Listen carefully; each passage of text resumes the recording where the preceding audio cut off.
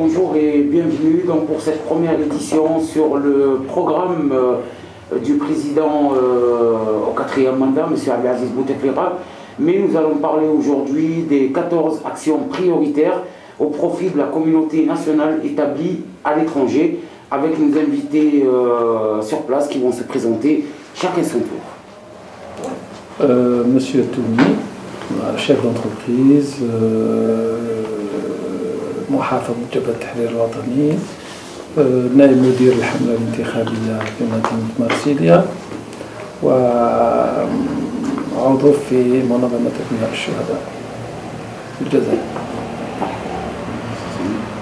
Monsieur Bentif Samir, le représentant en Europe du mouvement national de la génération libre, donc, qui a été créé depuis 1998, qui a fait un travail énorme pour mettre en place la concorde civile, qui a été créé par Monsieur Mourad Sassi. Monsieur Gasmi Kader, président de l'association Rapprochement des deux rives et exportateur de produits algériens vers l'Europe, notamment l'agroalimentaire. Monsieur Zouri Mourad, docteur en économie industrielle, ex-cadre de la Nation, chef de Daïra, sous-préfet, qui milite pour l'édification d'une société algérienne juste, égalitaire et pragmatique, qui a soutenu fidèlement le mandat du président Bouteflika. Merci. Zahir Jahmin, avocat au barreau de Marseille et de Béjaïa, militant du parti FFS.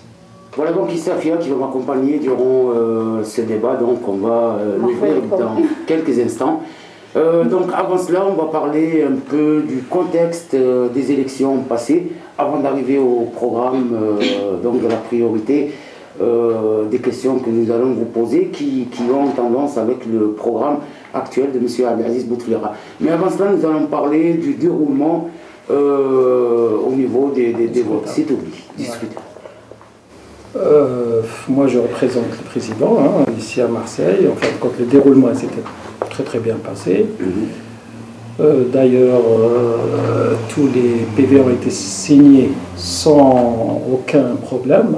Tous les candidats ont signé leur PV, c'est-à-dire c'est passé très bien entre nous. On se connaît tous déjà. Le taux de participation, bon, il est clair et net, comme mieux que 2012 et mieux que même 2004. Au niveau de tout ce qui concerne, c'est-à-dire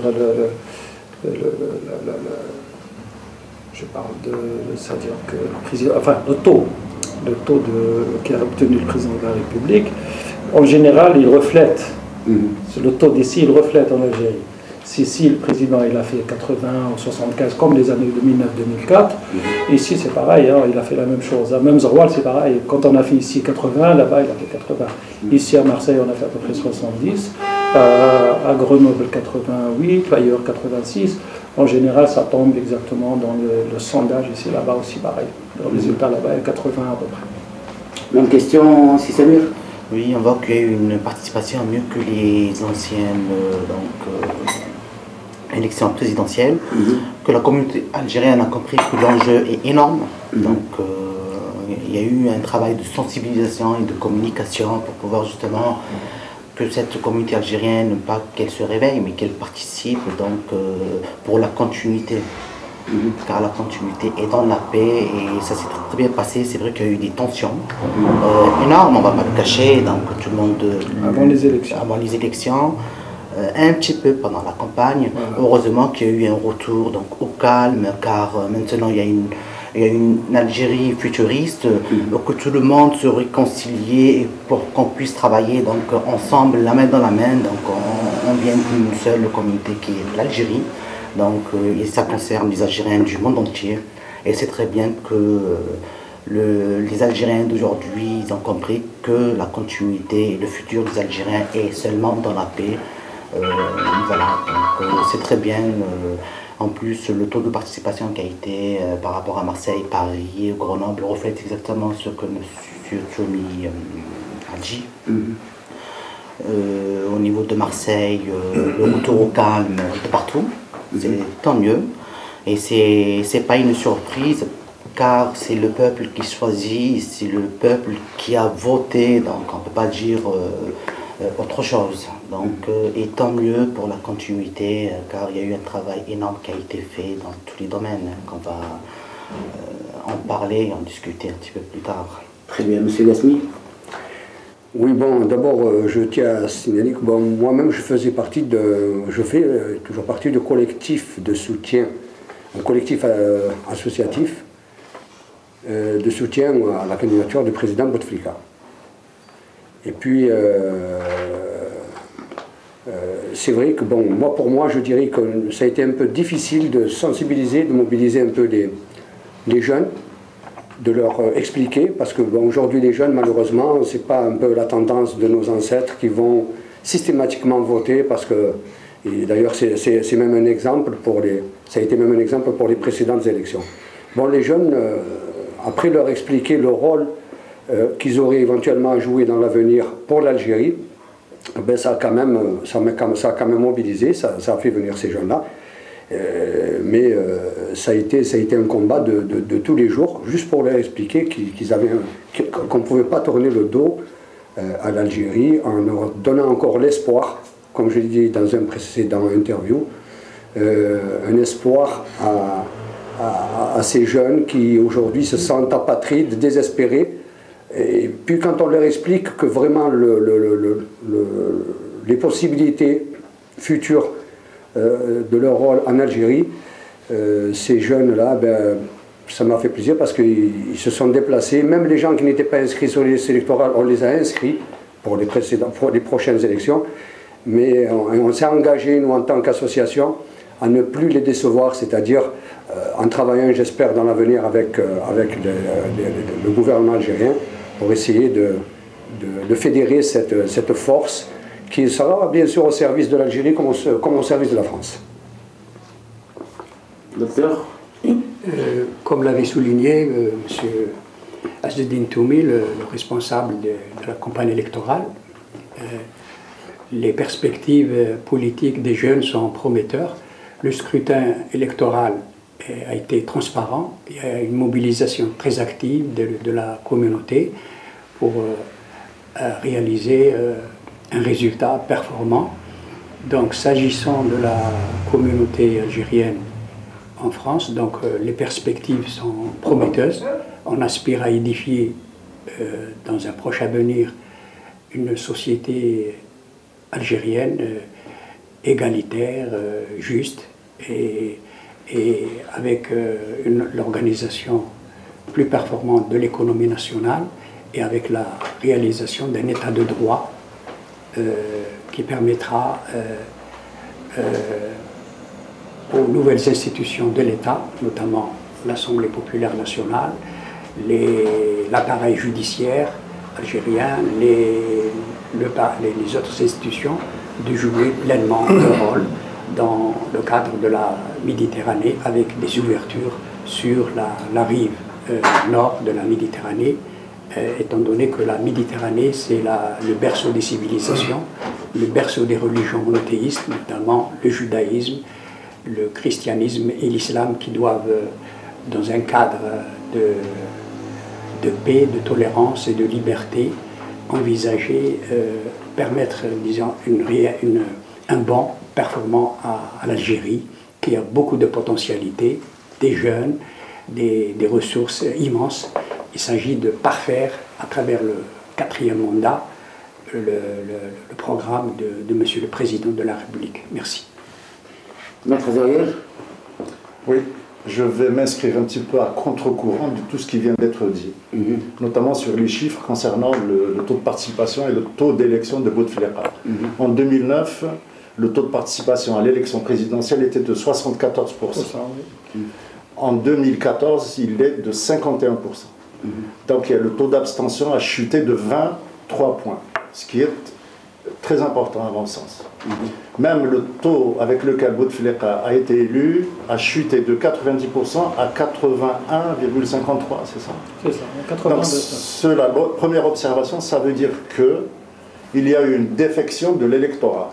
Je ne dis pas que c'est parce que Bouteflika s'est présenté, mais c'est parce qu'il y a un manque de crédibilité de toutes les élections qui se passent en Algérie, c'est-à-dire le citoyen algérien. C'est une observation que je fais, c'est un constat. Je ne parle pas au nom des Algériens ni au nom de l'immigration. Je parle à mon nom, mais je constate. Donc il y a une défection à ce niveau-là. L'organisation matérielle des élections, c'est normal, il n'y a rien de plus facile à faire, même s'il y a une lacune très importante qu'il faut souligner, c'est que les autres candidats, les 5, n'ont pas eu accès à la liste électorale. Et tout le monde sait que dans un pays démocratique, la liste électorale, c'est la pierre nodale de la transparence des scrutins. Au niveau des objectifs poursuivis dans le programme du président, notamment vis-à-vis de l'immigration. Il y a des choses qui auraient dû être faites il y a très longtemps parce qu'elles sont faciles à mettre en place et on va y revenir quand on va éplucher les 14 points de son programme.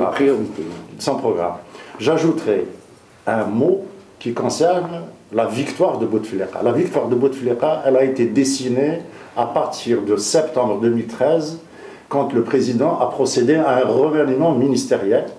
Donc il a nommé au ministère qui s'occupe d'organiser les élections, donc ministère de l'Intérieur, ministère de la Justice et Conseil constitutionnel. Donc à partir du moment où il a placé au sein de ces institutions et à leur tête des hommes qui lui sont très proches, pour ne pas dire des amis à lui, on savait parfaitement quel serait le vainqueur de ces élections. Deuxième point, juste au moment de la campagne électorale, notre président a reçu le secrétaire d'État américain aux Affaires étrangères, John Kerry. Il a eu l'aval des Américains pour non seulement qu'il se présente, mais pour qu'il soit élu. Il a eu la visite du ministère espagnol des Affaires étrangères. Il a eu la visite de l'émir du Qatar. Donc ça, c'est quand même les États-Unis, d'abord c'est les maîtres du monde. Donc à partir de ce moment-là, on savait que Bouteflika allait être élu. Le souci qui se posait, c'était le taux de participation. Combien d'Algériens Excusez-moi, je peux vous couper 2 secondes parce que bon, Bouteflika, on sait très bien qu'il est passé, c'est pas que par rapport à ça aussi. Laissez-moi aller au. Je le laisse parler. Laissez-moi aller au. Laissez-moi aller au bout de. Tout ce qu'il a dit, on a entendu dans les journaux. Laissez-moi aller au bout de mon propos, au bout de mon analyse. Je ne suis pas en train de dire des monstruosités. On a vu pas mal de personnes qui ont voté réellement Bouteflika. Oui, je ne dis pas que les gens... Je suis en train d'expliquer qu'il y a eu un taux de participation qui a chuté en l'espace de 5 ans de 23 points, ce qui est très important. Comme ça veut dire que le citoyen algérien... Non, je n'ai pas à comparer. Moi, je constate, j'ai dit, il faut écouter, il faut écouter. Un dialogue, c'est l'écoute d'abord. Oui, mais d'accord, ça n'a pas de sens. Ça n'a pas de sens, ça ne sert à rien de le dire. 23, chuté 23. Je peux dire des bêtises. Non, mais si vous dites ça chute 23, c'est normal, ça a chuté 40% ici. Alors, non, mais je n'ai pas à comparer une démocratie comme la France avec une démocratie comme l'Algérie. On est mieux, parce que 20%, là 40%. Législative dernière, presque 60%. Non, mais c'est pas une analyse. La moindre des choses, c'est de me laisser. Oui, non, mais tu as parlé beaucoup de choses, alors c'est pour ça. Si mes propos ne plaisent pas, non, dérangent, juste que je mets les choses. Ce n'est pas. En fait, on est ici pour discuter, et en même temps pour le programme de priorité. Mais la question qui a été posée au départ, c'était de savoir les élections, comment elles sont déroulées. Si tu me permets. On a parlé de la campagne. La campagne a commencé bien avant. Je peux dire d'autres choses encore. Si tu me permets juste de dire quelque chose que on ne peut pas... Maintenant, si vous souhaitez cadrer le débat dans un strict discours... Non, attends. Nous sommes là, d'abord... Vous êtes des démocrates et des partisans de la liberté d'expression. D'accord. Alors, laissez-moi parler. Oui, mais quand on... mais attendez. Vous me permettez de répondre, s'il vous plaît. Juste quelque chose, j'attire donc l'attention sur des propos que tu tiens... Pardon, que tu tiens, où je ne suis pas tout à fait d'accord avec toi, comme tu n'es pas d'accord avec moi, mais moi, je vais te répondre juste. Toi, tu reproches aujourd'hui au président Bouteflika d'avoir reçu les représentants, c'est-à-dire américains, espagnols, ce qui en suit. Donc, si on écoute bien ton raisonnement, c'est-à-dire ton argumentation, tu voudrais donc que pendant les élections ou avant, le président de la République, l'Algérie, arrête de recevoir. Donc, ça ne se fait pas. Ça ne se fait pas. Ah, donc il reçoit personne. Même dans les démocraties. Donc l'Algérie arrête de travailler. Non, excuse-moi. Non, explique-moi. L'Algérie, non, dans la plus grande démocratie. excusez-moi, Sarkozy, il a reçu le Kadhafi un mois avant. C'était un mois avant, pas pendant la campagne. Non, même. Moi, j'ai dit pendant la campagne. Pendant la campagne. Non, juste, on reviendra pour un non, parce que ça, c'est vraiment... Pourquoi vous ne parlez pas des chiffres? Ça a été dit ici que le taux de participation de 2014 est supérieur à celui de 2009, alors que c'est une vérité. C'est un problème mondial. C'est vous qui l'avez dit, monsieur. Partout dans le monde. Vous avez dit que les dernières élections sont pas si si on va avancer de toute façon, il faut qu'il y ait de la polémique. Moi, je vais juste... Qu'est-ce que vous voulez que je dise? Si on parle des chiffres, disons des choses... Non, on dit des choses concrètement, Zahel. Moi, je vais te dire juste une chose. Toi, tu parles des chiffres d'avant. Tu sais très bien qu'avant, le taux de participation était important. Pourquoi? Parce que les gens, c'était tous des anciens qui étaient d'abord systématiquement inscrits sur les listes électorales. Et la majeure partie de ces gens, des précédentes, ça fait quand même plus de 5 ans, les gens sont décédés, les gens sont malades, ne vont plus... Si, moi, je te donne des chiffres, attends, je te donne des chiffres, c'est pas moi qui le dis. En 2009, le nombre d'inscrits était de 22 millions et quelques. En 2014, il était de 23 millions. Je ne te parle pas de l'Algérie, moi je te parle on parle d'ici, moi. D'ici là. Oui, c'est le même taux. Non, c'est pas la même. Moi je peux te ramener aujourd'hui les chiffres des foyers Sonacotra. Tous nos vieux, il y a en 5 ans, il y a 25%. Des choses officielles. Mais je vais vous dire, je ne sais pas si vous êtes au courant déjà. Est-ce que vous savez, comme avocat, combien d'inscrits ici au vote? Pour cette année, 70 000 à peu près. 70 000. Combien il y en a eu de votants? Ça, le taux de participation, je l'ai eu avant-hier, il était entre 20 et 23. Non, il est 21. Il est 24. Moi, on m'a dit 23. 22, mais ils ont rajouté quelques trucs. Moi, ce que j'ai dit, le taux de participation au vote de cette année est plus fort que 2012. J'ai pas dit 2014. Oui, c'est les législatives, ce n'est pas les mêmes élections. Voilà. Et ça des deux fois il était plus de 17 pour les législatives. Voilà, je le sais. Voilà. Et en 2009, il était de combien à Marseille? Non, le taux de participation c'était en 2009, puisque vous aimez parler des chiffres. 37. Il était de 33. 37. Ben, il n'est pas tombé loin, quand même. Non, mais il y avait 65 000 de votes. Là, on va revenir. المعمري هذاك القوات القبيل هذا معمري ماشي مولد معمري لا الاخر عمري. Enfin, c'est un poète algérien. Il a dit un jour que si vous me dites, enfin, si vous me demandez d'accepter, en fin de compte, de choisir entre la démocratie entre la plus haute et la plus belle démocratie du monde et l'Algérie, je choisirai l'Algérie. La démocratie, dans le sens européen, c'est une utopie, même ici. Écoute-moi. C'est une utopie. Alors on ne peut pas choisir. Moi je préfère l'Algérie que la démocratie qui nous amène à des affrontements comme on a fait en 2008. Ne sortons pas du sujet, on va parler du programme. Ce n'est pas un poète. Non, ce n'est pas un poète, c'était un homme politique qui avait créé... Comment il s'appelle? Il est décédé d'une crise cardiaque pendant la campagne électorale. Comment il s'appelle? 2099. On va revenir sur le sujet. On va revenir sur le sujet de l'émission, de ce programme. Voilà, donc en sachant que, faute bien sûr des électeurs qui ne sont pas inscrits à temps, on les a vus un peu d'après nos analyses de nos journalistes, que ce soit ici ou en Algérie, qui avait une forte participation de jeunes, mais malheureusement, ils ne se sont pas inscrits à temps donc, pour pouvoir voter. Donc on en reparlera avec l'équipe de la rédaction. Mais pour l'heure, Safia, si tu veux bien, donc on va poursuivre avec les 14 priorités pour les citoyens algériens qui vivent dans le monde. Et donc ce sont des questions qu'ils ont posées bien avant et qui veulent retrouver pour les années à venir, Inch'Allah.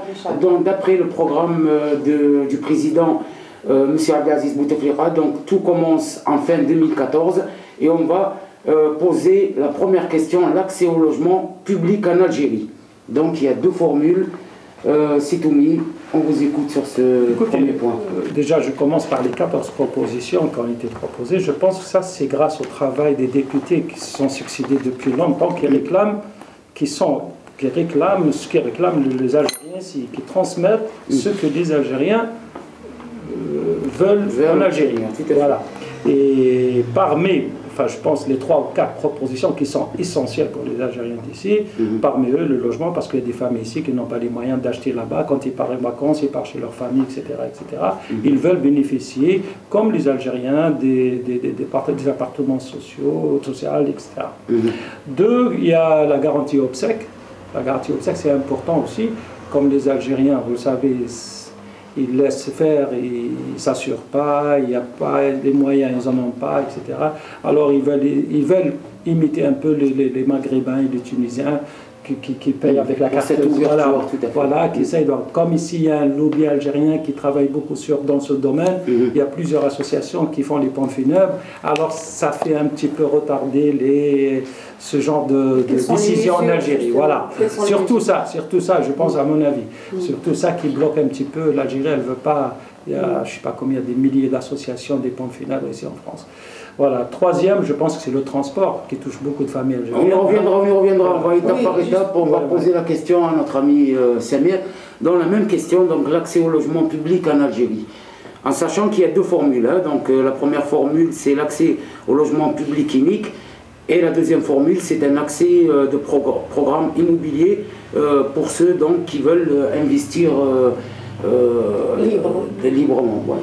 Donc, par rapport au problème du logement et l'accessibilité au logement en Algérie, donc envers la communauté algérienne basée à l'étranger, il a toujours existé. Donc il a toujours été là. Le problème qu'il y a eu, il y avait un manque de communication, un manque d'information et d'orientation.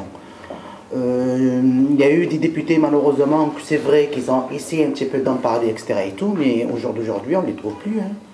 Je trouve vraiment dommage que des députés qui ont été élus par leurs électeurs, etc. et tout, qu'ils n'ont même pas ouvert des bureaux ou des permanences pour pouvoir au moins renseigner, informer cette communauté algérienne qui les ont aidés, qui les ont mis donc en valeur, qui les ont présentés en tant que députés. Et malheureusement, ils ont tourné kazakh, si je puis dire. On ne les trouve plus. Et ils se cachent. Où est-ce qu'ils sont les bureaux? Donc il y a eu un travail qui n'a pas été fait, donc des promesses qui n'ont pas été tenues. Et donc c'est un manque de communication. Un manque de communication, je ne peux pas citer des noms. Non, mais c'est juste un parenthèse. On ne sort pas le sujet. Là, on ne parle pas des logements que les gens vont acheter de leur argent. Ça c'est des logements sociaux. Vous êtes en train de dire que cette formule de logement pour les émigrés existe déjà. Non, justement, je l'ai corrigé. Je ne vous ai pas coupé la parole depuis tout à l'heure. Vous avez utilisé de polémique, etc. J'aimerais bien corriger au moins. Sachez de quoi vous parlez. Chacun puisse parler.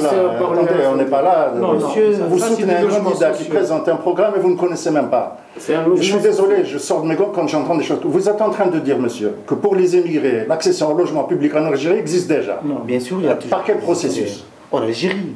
Mais par quel processus? Par quel canal un émigré va acheter un logement social en Algérie? Il faut aller voir les différents départements qui ont été mis en place. Non, expliquez-moi. Non, le logement social, c'est comme les Algériens, c'est-à-dire que quand ils achètent à l'ADL ou là, c'est avec des participations, et c'est le même prix qu'un Algérien là-bas. C'est-à-dire que si l'Algérien achète 300 millions là-bas, logement social, ici, il paye 300 000 dinars, ça veut dire 30 millions. Mais ça, il n'y en avait pas. Il y a un quota qui va se faire, il y a beaucoup d'Algériens qui va se faire de la communauté algérienne, le système qu'ils ont eu des à titre privé, il y a des Algériens qui construisent, qui achètent des maisons, mais pas par le canal de l'État, des OPGI ou de... On donne la parole à Kader. Voilà pourquoi c'est pour ça qu'on doit savoir quelles sont les mesures. Je suis désolé de vous couper la parole, je ne suis pas là pour polémiquer. Qu'est-ce que vous comptez faire en fait? Non, mais c'est marqué. C'est même pas voté. Non, mais c'est bien, je souscris à cette proposition du programme. Mais elle est marquée, mais bon, c'est pas les programmés. Voilà. Je suis d'accord. Je vais le dire que je suis d'accord. Elle est programmée. Ouais, très bien. Donc je donne la parole à Kader Gasmi. Kader. Oui, moi donc, je reviens un peu sur ce que disait M. Toumi. Ce n'est pas que les députés, précédents députés qui ont été parlés en Algérie, parce que même le rôle associatif, ce que nous faisons nous essayons de sensibiliser les décideurs en Algérie, justement de les appeler de toutes les difficultés rencontrées par notre communauté. Ça, c'est pour revenir sur ce point. Pour revenir sur ce que dit monsieur, quand il dit qu'il n'y a pas c'est vrai que c'est un manque de communication et d'information. Quand il n'y a pas ces bureaux aujourd'hui, où il devrait y avoir des bureaux ici, ou quelqu'un ou un site où n'importe quel Algérien résidant à l'étranger va se renseigner. S'il y a une loi qui va être votée ou qui est en cours, c'est-à-dire de vote, que ces gens trouvent l'information, je pense que là, oui, c'est toujours, parce que voilà, quand on lit le programme, c'est toujours un projet, d'accord, c'est pas encore d'actualité. Mais il suffit de, comme disait Sulaiman, c'est d'expliquer aux gens, de leur dire, pour qu'il n'y ait pas justement ces problèmes, ces amalgames, en disant, c'est la communication. Je ne dis pas que les députés l'ont fait, peut-être que c'est à l'État aussi de créer des permanences ici, parce que même un député, je ne vois pas ce qu'il pourrait faire sur une circonscription qui regroupe 53 départements en France. Combien il en faudrait? Parce qu'il faudrait quoi? Le bonhomme qui vient de Nantes, il faudrait qu'il vienne sur Marseille ou sur Lyon. Donc c'est quelque part, c'est vrai que c'est un problème de communication. C'est quelque chose de bien, parce qu'aujourd'hui même la communauté en elle-même, hormis le côté social, on parle, c'est des gens qui veulent bénéficier, c'est-à-dire acheter des appartements avec leur argent, avec un plan épargne, qu'ils ont déjà en Algérie. Tout le monde a un carnet de casse d'épargne avec un plan d'épargne GMPUL. Et malheureusement, justement, on les laisse, c'est des laissés pour compte. Alors ils ne comprennent pas, quand ils partent en vacances là-bas, on aime bien même, vaut mieux un petit chez soi qu'un grand chez les autres. Donc voilà, ces gens-là, ben, toujours, quand on parle de ce programme-là, c'est-à-dire de juste celui-là, ben, il n'est pas encore concrétisé. Mise en place, tout à fait. Docteur? Moi, sincèrement, je suis très confiant dans la nouvelle stratégie, la nouvelle vision du gouvernement à travers dans le cadre du 4e mandat présidentiel, avec l'introduction des nouvelles technologies de communication, avec l'amélioration de la qualité de service des représentations diplomatiques à l'étranger, et l'organisation de la société civile de la communauté en Europe, à l'étranger, qui doit s'organiser pour mieux s'affirmer et imposer à travers un dialogue, une concertation franche, sincère et organisée avec l'administration, nos représentations diplomatiques. Donc avec ces nouvelles formules, ces nouvelles options sont très prometteuses et permettront à l'Algérien qui vit à l'étranger d'acquérir son logement dans le cadre de l'épargne ou dans le cadre des formules, acquérir un logement, et voilà. Donc il n'y a pas à critiquer, à dénigrer. Et moi je considère que la critique et l'autocritique, la critique politique et l'autocritique sont une méthode d'amélioration constante de notre niveau politique et idéologique. Donc l'Algérie est en phase de reconstruction, il faudrait qu'il y ait une prise de conscience de l'Algérien, il faudrait que même la qualité de service de l'administration algérienne doit s'améliorer, parce que jusqu'ici il y a eu des résultats. L'Algérie a fait, il faut le dire en toute honnêteté, l'Algérie s'est engagée dans un programme de réalisation très ambitieux en matière de logement, d'infrastructures routières, d'infrastructures hospitalières. Il s'agit maintenant, à travers le 4e mandat, d'avoir une qualité de service. Donc avec les nouvelles technologies de communication, comme je l'avais souligné au préalable, et la société civile qui, avec une prise de conscience, avec une nouvelle organisation, avec la qualité de service de l'administration, donc les résultats seront plus que performants. Donc, moi je suis confiant et je vous remercie. Maître? Alors avec tout le respect que je dois à mes camarades et compatriotes qui sont ici, je constate, comme d'habitude, il y a un langage creux qui ne veut rien dire. On est en train de parler du premier point, c'est-à-dire le logement. L'accès au logement public. L'accès au logement public pour les émigrés, il y a 2 formules, on a dit. C'est inscrit dans le programme de Bouteflika. Première formule, donc c'est l'État qui va aider au financement de ce logement pour les bourses modestes. Et deuxième plan, pour ceux qui veulent en faire de la promotion immobilière. En tout cas, c'est ce que j'ai compris. 2 volets. Ces 2 volets, le premier volet, il peut se heurter à un gros problème. On sait qu'en Algérie, il y a un déficit de logement social, de logement de 2 millions d'habitants. C'est-à-dire pour que l'Algérie résorbe son problème de logement, il faut aujourd'hui 2 millions de logements pour que les Algériens... D'après les statistiques, c'est 700 000. Attends, laisse-moi finir. Mais il faut parler, 700 000, je suis d'accord, mais il faut le taux d'occupation. Oui. Le taux d'occupation des logements en Algérie, il est de 6 personnes. C'est-à-dire un T3, 60 mètres carrés, 6 personnes. Alors que la norme internationale... Non, la moyenne familiale en Algérie, c'est 4, c'est pas 6. Bon, c'est 4. Même si c'est 4, elle est en deçà de la norme internationale. Continue après moi, reviens. Donc déjà, on sait qu'en Algérie, je vais te dire pourquoi, je vais donner des exemples. À chaque fois qu'il y a une distribution de logements en Algérie, dans n'importe quelle commune, il y a des émeutes. Il y a des émeutes, les gens ils contestent les listes, le piston, parce qu'il y en a qu'ils ont 4 ou 5. Et pourquoi? On va en parler peut-être, on va rentrer dans le climat de corruption. Mais ça revient au public, c'est pas le gouvernement. Pourquoi? Parce que la distribution se fait ben amis. Parce que, oui monsieur, on est obligé de parler de la corruption. Quelqu'un qui a déjà 4 logements sociaux, il en prend un 5e. Pourquoi? Parce que l'administration le permet. L'administration le permet. Les Wali, les OPGI, les maires, etc. Et c'est le système FLNRND. Donc c'est ça que vous voulez entendre, je le dis. Deuxième problème. Donc il y a beaucoup d'Algériens déjà qui sont en attente d'être logés. On le sait, c'est une évidence ou pas? Oui, bien sûr. C'est une évidence. Donc comment voulez-vous qu'un émigré qui a déjà une résidence en France, c'est la second, il va prendre un logement en Algérie, ce sera comme une résidence secondaire. Donc le projet il sera rejeté par les Algériens. L'émigré la second, Allah yabarak alayhi fi France, ils veulent venir encore nous prendre des logements ici? C'est un raisonnement c'est un raisonnement qui n'est pas bon. Non, c'est pas il est faux. Déjà, écoute bien. Vous voulez pas l'accès au logement, donc... Laissez-moi finir, après vous me répondez. Ce point, il en reste quand même 2 millions d'actions. Vous savez combien le privé, combien il construit le privé?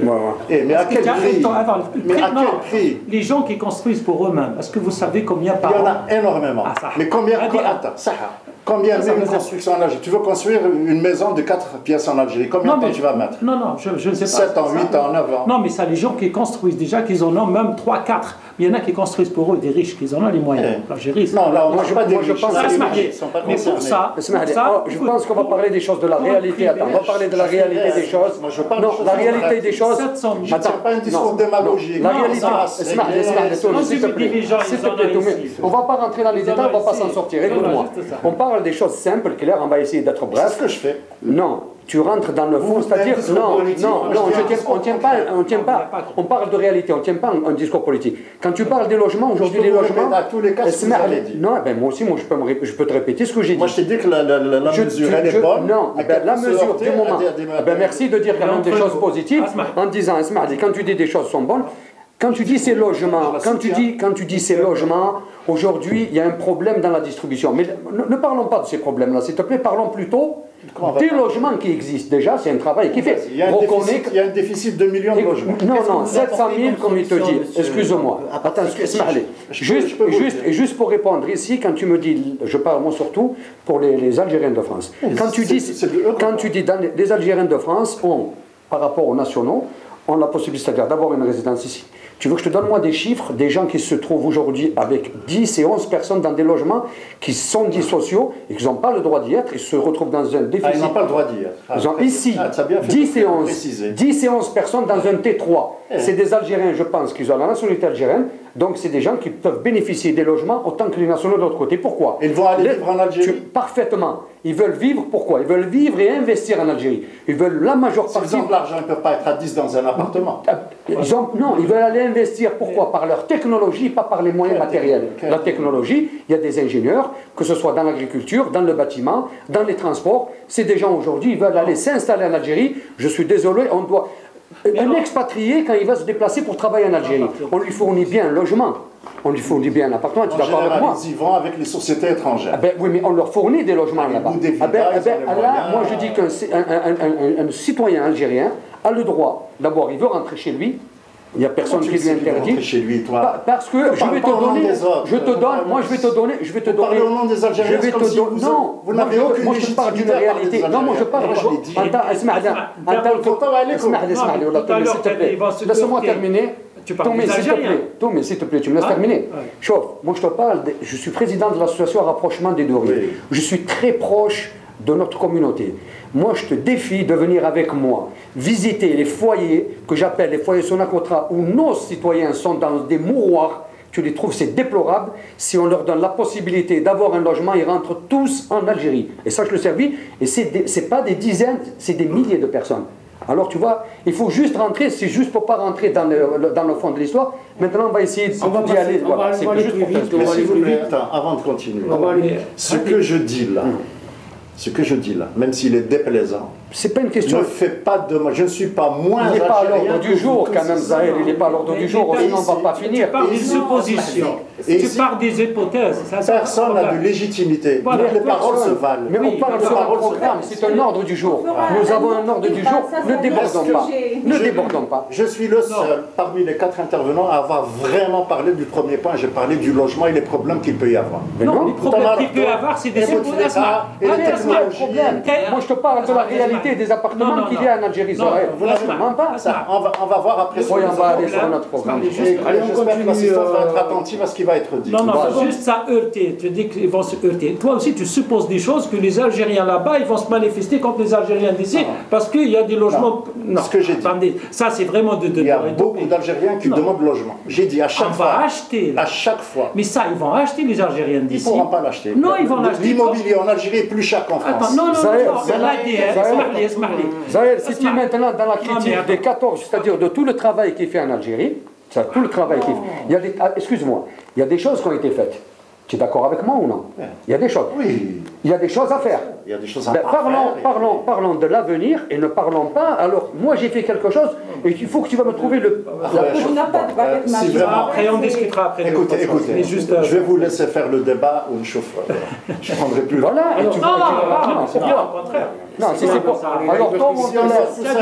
Tu as dit quelque chose. Si on doit tous aller dans le sens du poil. Non, on ne va pas dans le sens du poil. Dans la réalité, il faut dire des choses réelles. La réalité, soit vous ne la connaissez pas, soit vous avez du mal à peut-être tu ne la connais pas toi aussi. Alors, peut-être tu extrapoles. Ou peut-être tu viens d'un parti. Excusez-moi, alors pour les garanties obsèques, rapatriement de corps, quelles sont les mesures?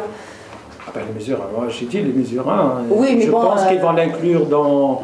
Comme ils font je crois que les Marocains, les Tunisiens, avec la carte consulaire, parce que j'ai lu ici, c'est-à-dire on donne la carte consulaire, on paye 10 ou 15 €. Il y a 2 mesures là aussi. Voilà. Oui, il y en a 2 mesures. Et l'autre avec, prise en charge par l'État, donc la prime d'assurance. Je pense que ça intéresse beaucoup d'Algériens et c'est très bien fait. S'il arrive à le faire, comme il a dit de ressources. Sous condition de ressources pour les familles des démunis. Donc, ce qui nous intéresse, vous le savez tous, on a vu des Algériens qui demandent de l'argent dans la rue pour rapatrier. Je peux donner un point technique là-dessus. Les associations qui s'occupent des obsèques, comment elles opèrent? Elles font des conventions avec des compagnies d'assurance. Elles font des conventions avec des compagnies d'assurance. Et c'est les compagnies d'assurance qui payent. C'est comme un accident de voiture, vous êtes assuré, on vous rembourse les dégâts matériels et corporels que vous avez subis. C'est comme ça. Moi j'ai fait un procès, il y a une quinzaine d'années en arrière, contre l'une des associations de l'amicale, etc., qui a refusé à un monsieur qui avait perdu sa femme de lui payer, alors qu'il était à jour de ses cotisations. Il payait ses cotisations annuelles. Ils ont refusé de payer le rapatriement de son épouse au prétexte qu'il avait loué dans un cimetière à Gardanne un espace. L'espace avec, il l'a loué dans les années 60.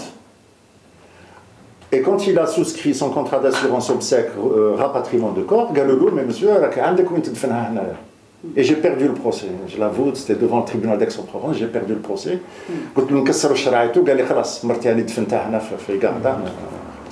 Donc c'est des contrats avec des compagnies d'assurance que ces associations font, et l'association elle a un pourcentage.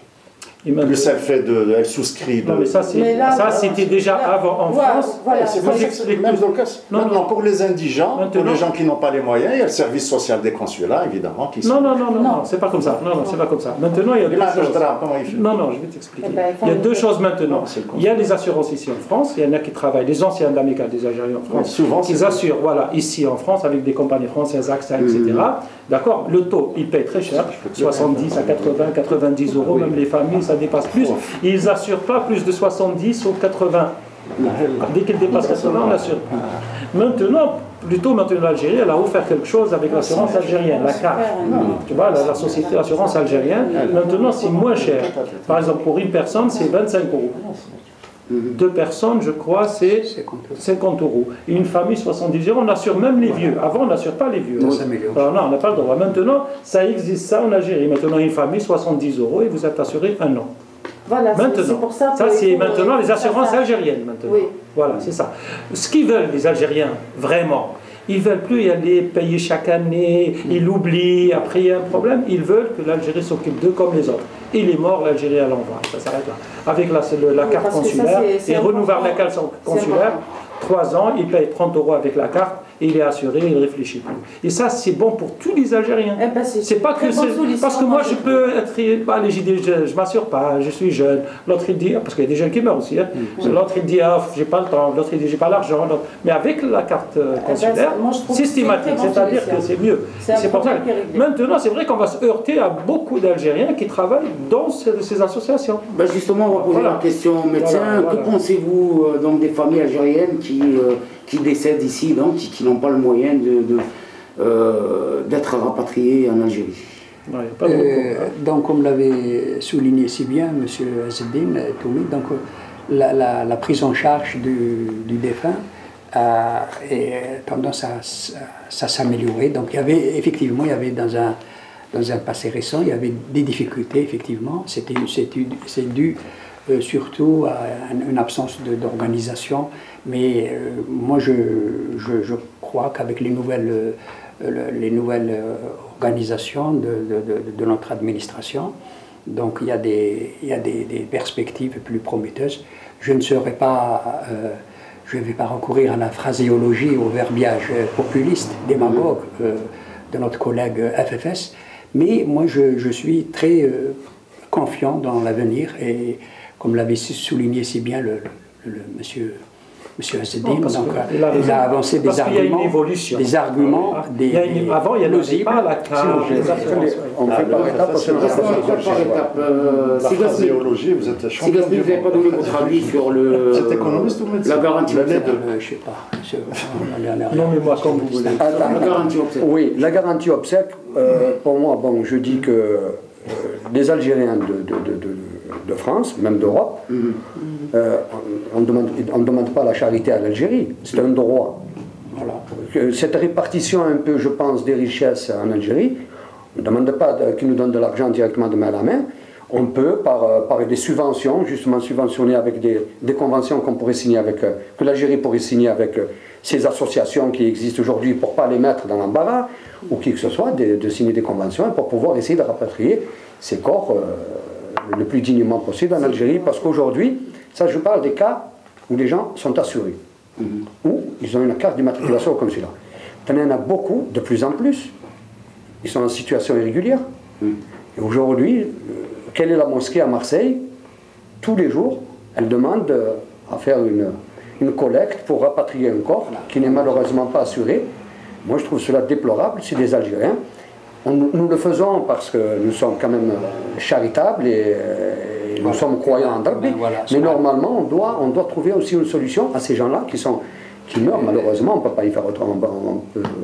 Et donc moi je dis au pouvoir, c'est-à-dire à l'Algérie, qu'elle doit trouver, à elle de nous trouver des solutions, parce que je pense que l'Algérien en France, ou en Europe, ou dans le monde, selon la Constitution, je crois qu'il a les mêmes droits que n'importe quel Algérien, que ce soit en Algérie ou...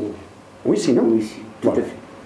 Donc, Samir, sur cette question on en a parlé un petit peu de tout, tout le monde a raison, que le 9 c'était actuellement, donc on est tous responsables, le gouvernement est responsable, la communauté algérienne est responsable, donc c'est bien, c'est un éveil, tout le monde se réveille pour pouvoir mettre ce projet en route. Il y a un minimum de participation qui vont demander ce tout à fait normal et ça va, c'est dans la feuille de route.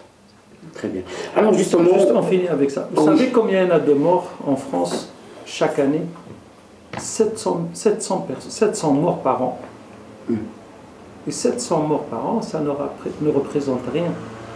En fin de compte, pour le budget algérien, enfin, quand je parle pour le gouvernement algérien, 700 000 à 1 000 euros, 1 500 euros, Ça représente rien du tout. Monsieur Toumi, pardon, les statistiques que vous avancez, en comparaison avec les pays limitrophes voisins comme le Maroc ou la Tunisie, est-ce que la qualité de prise en charge du défunt, est-ce qu'elle est davantage meilleure que la nôtre ou est-ce que c'est beaucoup mieux? Non, mais le problème n'est pas là. Le problème, ici, quand on assure quelqu'un, toujours on assure, si elle assure, on assure toujours quelqu'un avec un voyageur, voilà, c'est-à-dire un parent à lui. Exactement. D'accord. Le deuxième, c'est vous, c'est un frère ou une sœur qui veut partir, c'est vous qui payez.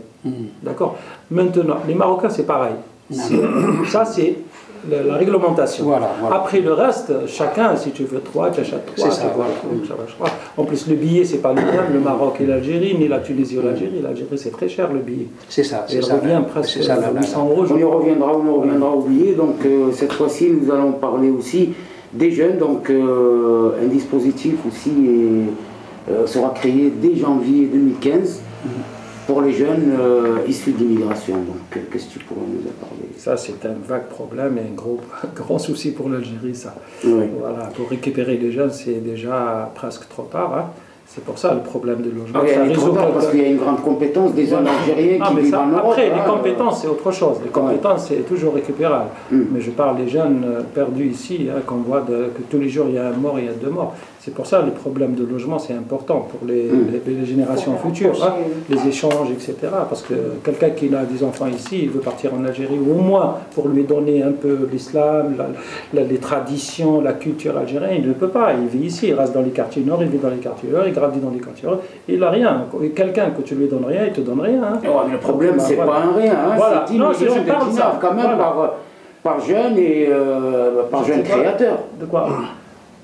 Non, mais je ne parle pas de ça, je parle de la jeunesse. Après, on arrive, l'Algérie, elle donne l'Algérie. Hein, pour les jeunes qui veulent investir. Qui veulent investir. Non, ça c'est l'ancien. Ah oui, vous parlez de ça, je parle de la jeunesse en général. Et là, étant donné qu'il y a pas mal de jeunes qui nous regardent donc, à travers ce débat, et c'est un cas qui les intéresse. Moi, j'en connais pas mal de jeunes qui sont partis en Algérie investir là-bas. Éventuellement. Le problème, c'est vrai, comme il a dit M. Djahnin, on trouve un peu des problèmes de bureaucratie encore. Hein. Il reste des petits problèmes à résoudre. Ça, il y en a. Il y en aura toujours, je pense, hein, c'est clair. Des trucs comme ça. Mais il y en a beaucoup d'opportunités aux Algériens d'ici. Soit les jeunes, soit aussi les personnes qui veulent investir. Hein. L'Algérie est ouverte, hein. Il y a des Français qui sont partis là-bas aussi. Hein. Moi, je pense qu'il faut créer au niveau consulat. Le problème, il est là, il y a un manque d'organisation. Au niveau consulat, etc., un bureau ou un canal d'organisation, de communication. De communication, voilà. Parce que, par exemple, le tissu associatif, il joue un rôle important. Comme lui, par exemple, comme il y en a d'autres qui jouent. Voilà, moi, je suis président de la Fédération d'associations de France. C'est vrai qu'il y a un canal, on peut dire, voilà, il y a une loi qui est sortie pour les jeunes, il faut la diffuser. Allez, Internet, par Facebook, les Twitter, etc. Et les gens, ils savent. Dans le même ordre d'idée,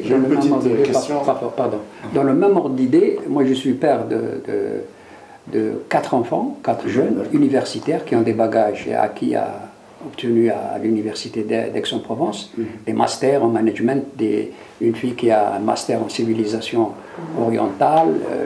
Donc, mais elles ont des difficultés à s'épanouir, à s'affirmer dans la société française qui traverse une crise. Donc, elles sont un peu marginalisées, exclues. Elles vivent des difficultés. Et donc, avec les perspectives d'ouverture en Algérie, avec les chantiers, comme l'avait souligné si bien notre ami Azzedine Toumi, donc moi, j'ai confiance pour mes enfants à ce qu'ils puissent investir en Algérie. Et l'Algérie est en phase c'est un grand chantier qui est en phase de mutation. Il y a une plateforme économique qui est en cours de s'organiser. C'est vrai, il y a eu des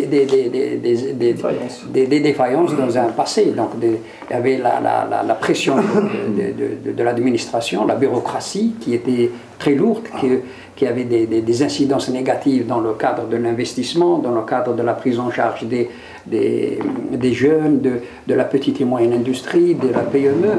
Mais c'était une phase qui était conséquente à la pensée unique et au socialisme qu'on a vécu. Donc l'Algérie avait des difficultés à s'engager dans le libéralisme et s'adapter à l'ordre mondial, dans la mondialisation. Mais cela n'empêche qu'avec, vous permettez monsieur, Non, je parle avec lui. Donc les perspectives, moi je considère qu'elles sont prometteuses. Et mes enfants, donc on va peut-être pas plus tard qu'avant-hier, avec l'ANSEJ et Lundi et l'ANSEJ, et on a pris attache avec les responsables locaux et pour pouvoir fixer, parce que moi, mes enfants projettent s'investir dans l'agroalimentaire et c'est un créneau qui est porteur et ils vont s'épanouir avec les nouvelles facilités et ma foi, donc il y a beaucoup de facilités, l'Algérie est en plein dépassement, il n'y a pas à critiquer, dénigrer constamment l'État. Je vous remercie. Je continue, la continuation, comme ça vous saisissez bien le problème. Pour ce qui concerne l'investissement en Algérie, avant, quand l'ANSEJ a démarré, elle appelait les jeunes pour investir, ils achètent des camions pour faire les livraisons. Les jeunes n'ont pas de conscience, si vous voulez, nationale, même ils n'ont pas cette Hamas à ils travaillent 2-3 mois, ils le vendent, ils récupèrent l'argent, ils s'en vont. Il y en a qui font des magasins, après ils vont. L'Algérie, le gouvernement a pris conscience de ces problèmes-là, que l'Algérien n'est pas conscient même, il vend, il part, il prend l'argent, il part à l'étranger. Qu'est-ce qu'ils ont fait maintenant? En plus, c'est un avantage, vous savez, un Algérien d'origine algérienne, s'il veut investir dans un pays, il n'a que, de quoi donner que 20% du capital. C'est-à-dire, si vous voulez construire un hôtel de 25 milliards, vous donnez 2,5 milliards, et nous, on vous donne les 22,5 milliards. Maintenant, ça a changé. C'est-à-dire on vous donne, mais on est associé avec vous. Le jour où vous finissez vos investissements, c'est-à-dire vous nous remboursez les 22,5 milliards, il est pour vous. Et on ne vous laisse pas faire ce que vous voulez. Il y a un contrôle d'État. Attention, ce n'est pas n'importe qui vient au Hamid, j'ai une question à poser à un monsieur qui s'est présenté comme un économiste. Je suis docteur en économie industrielle. Voilà, merci de le préciser. Je vous en prie. Concernant ce point où, franchement, en toute humilité, allez-y. Donc les jeunes peuvent aller solliciter l'ANSEJ pour investir en Algérie, etc. Bien. Il est dit ici, au paragraphe 2, la condition de résidence pour bénéficier du dispositif sera ainsi modifiée dans le cadre de la loi de finances 2015. Donc vous êtes un soutien de Bouteflika, je suppose que vous avez bien lu ce programme. Pouvez-vous m'expliquer? J'ai décortiqué. La condition de résidence dont bénéficie le dispositif sera modifiée dans la loi de finances 2015. Deuxième question que je vais vous poser pour m'éclairer s'il vous plaît. Aux jeunes issus de l'immigration qui ont gardé une attache avec le pays d'origine. Vous pouvez m'expliquer sur ces deux points, s'il vous plaît, ce que vous en pensez? La condition de résidence, c'est l'attache avec le... C'est pas difficile. Mes enfants sont binationaux, c'est-à-dire ils ont un pied en France et un pied en Algérie, donc c'est le pays d'origine. Et donc ils évoluent dans les deux pays. Donc, ma foi, donc ils vont s'épanouir en Algérie dans un proche avenir. Donc, il y a des facilités, il n'y a pas à critiquer, à dénigrer constamment, en permanence le système.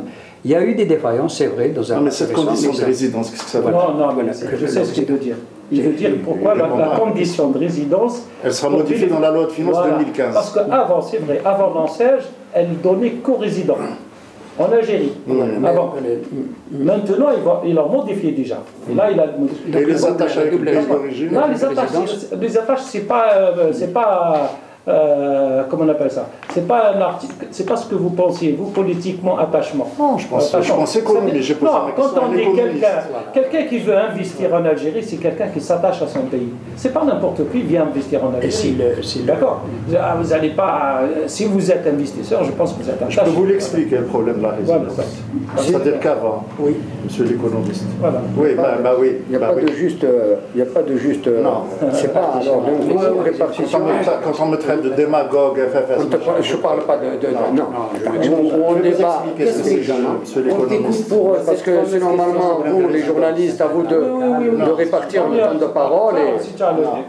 Parce que je ne suis pas d'accord avec vous, vous me traitez de démagogue. Moi, je pense que je suis bien placé dans le cadre de l'investissement. Une question la plus élémentaire. Si tu me permets, je vais te répondre, Zahir. Je vais te répondre. Si on va essayer de répondre concrètement.